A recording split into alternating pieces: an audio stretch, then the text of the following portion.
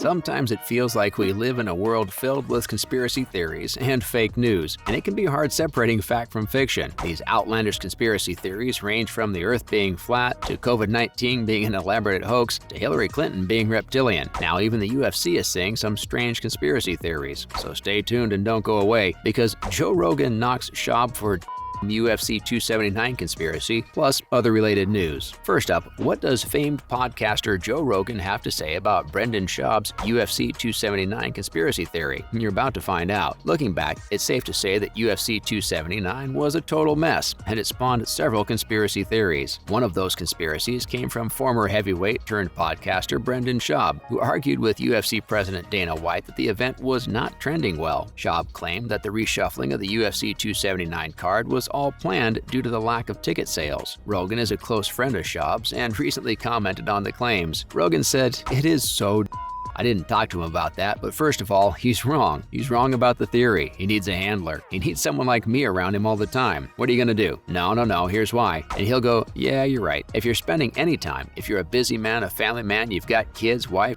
to do, if you're spending any time arguing on Twitter, that's a waste of your life, a waste of time." Back in 2014, Rogan famously had a very frank conversation with Schaub about his fighting career, and the conversation turned out to be the reason Schaub decided to retire. The problem with conspiracy theories nowadays is that social media and podcasts have made it so easy to proliferate them. Next up, what are some of the craziest conspiracy theories in MMA history? Let's take a look. Not surprisingly, UFC El Presidente Dana White always slams any and all conspiracy theories that emerge relating to MMA. However, White has plenty of incentive to do so. I mean, let's be honest. At the end of the day, his primary goal is always protecting the integrity of the promotion and the sport. But for now, let's take a look at some of the wildest conspiracy theories in MMA history. You can be the judge of these conspiracy theories and let us know if you think they are true or bogus. We'll start with TJ Grant faking a concussion to make way for Anthony Pettis. After a long-awaited UFC lightweight title shot, TJ Grant suffered a concussion and had to pull out of his scheduled bout with Benson Henderson at UFC 164. The injury stripped Grant of the most important fight of his career, and in the days following his concussion, conspiracy theorists accused Grant of faking his concussion in order to allow Anthony Pettis to step in and take his long-awaited rematch with Henderson. Grant chose to respond via Twitter and said, "Sorry, all you conspiracy theorists, at Dana White, at UFC, did not and could not pay me any amount of money to step aside. So what do you say, judges? Is it true or is it bogus?" Up next, did Luke Rockhold fix his fight with Vitor Belfort? Let's find out. One of the most insane knockouts in MMA history was Vitor Belfort's spinning heel kick that knocked Luke Rockhold out. It was absolutely nasty and was literally one of the wildest things I had ever seen. Now, a select group of MMA fans refuses to believe that 36-year-old former UFC champ Vitor Belfort pulled off the spinning heel kick that KO'd 28-year-old Luke Rockhold at UFC on FX8. Almost immediately after the stunning KO, conspiracy theorists started spreading rumors that Belfort knew exactly when to deliver the historic knockout kick thanks to a subtle nod from Rockhold only seconds before the daring maneuver took place. So were we watching a pre-rehearsed pro wrestling match, or was this a UFC fight? Rockhold hates this conspiracy theory because it's a direct attack on his character and integrity, not only as a fighter but as a man too. Rockhold wasted little time defending his character on Twitter and said, "Hearing some talk about my fight with Belfort being a fix. No amount of money would make me even consider taking a fall. I got caught, I lost." I've got to say Rockhold's statement does seem genuinely honest. Why? Because it's brief to the point and there's no fluff. But I leave it to you to decide. So what do you say, judges? Is it true or is it bogus? Stay tuned and don't go away as we continue to reveal the craziest conspiracy theories in MMA history. Next up, you've heard of Watergate, but what about Greasegate? At UFC 94, BJ Penn attempted only one takedown in his battle against Canadian UFC champ Georges St-Pierre. Afterwards, Penn said that GSP has Vaseline smeared all over his body to try and stop his grappling attacks. And several spectators did see one of GSP's coaches, a man by the name of Phil Nurse, smearing Vaseline on GSP's back and chest. Penn filed a formal complaint with the Nevada State Athletic Commission, but Keith Kaiser, the NSAC's chief executive, KO'd the idea that St-Pierre or his coaching staff broke any rules and dismissed the complaint. Greasegate was an embarrassing chapter in BJ Penn's career. However, a segment of the UFC community does float the conspiracy theory that GSP and his coaching staff deliberately sabotaged Penn's grappling attempts with Vaseline. But as always, I leave it to you to decide. So what do you say, judges? Is it true or is it bogus? Another crazy MMA conspiracy theory is that Benson Henderson signaled for Anthony Pettis to throw the Showtime kick. Pettis landed one of the most creative strikes in MMA MMA history when he flattened Benson Henderson with what has been dubbed the Showtime kick at WEC 53. Was Pettis tipped off by Bendo? Was it a hoax? As the conspiracy goes, Henderson tapped his left foot,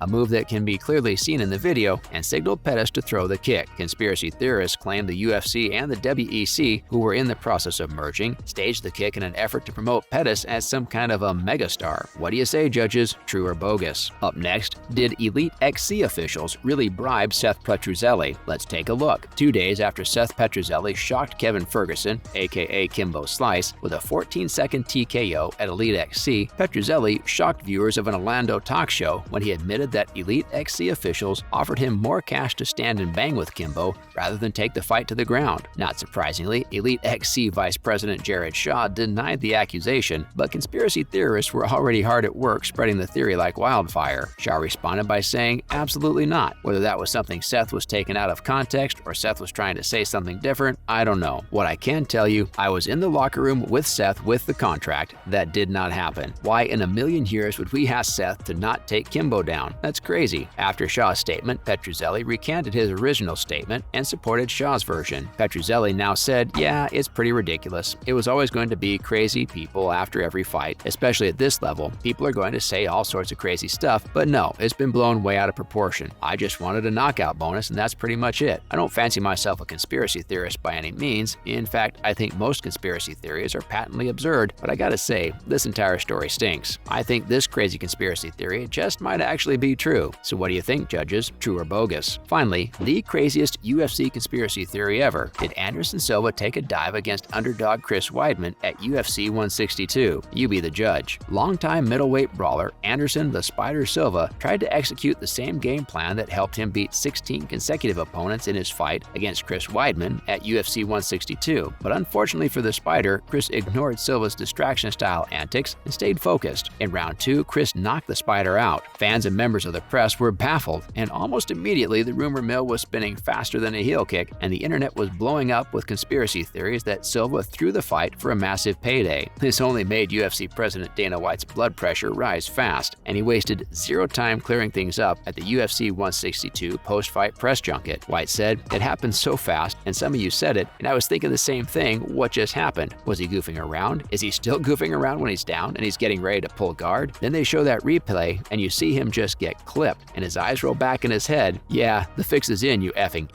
My first thought after hearing White's response was, Dana man, you need to chill. You're going to give yourself a heart attack. My second thought was, this guy really hates UFC conspiracy theories. But for now, judges, I leave it to you. What do you say? Did the Spider take a dive or a massive payday in his fight against Chris Weidman at UFC 162? Is this conspiracy theory true, or is it bogus? That's a wrap for today's video, fight fans. Thanks for watching.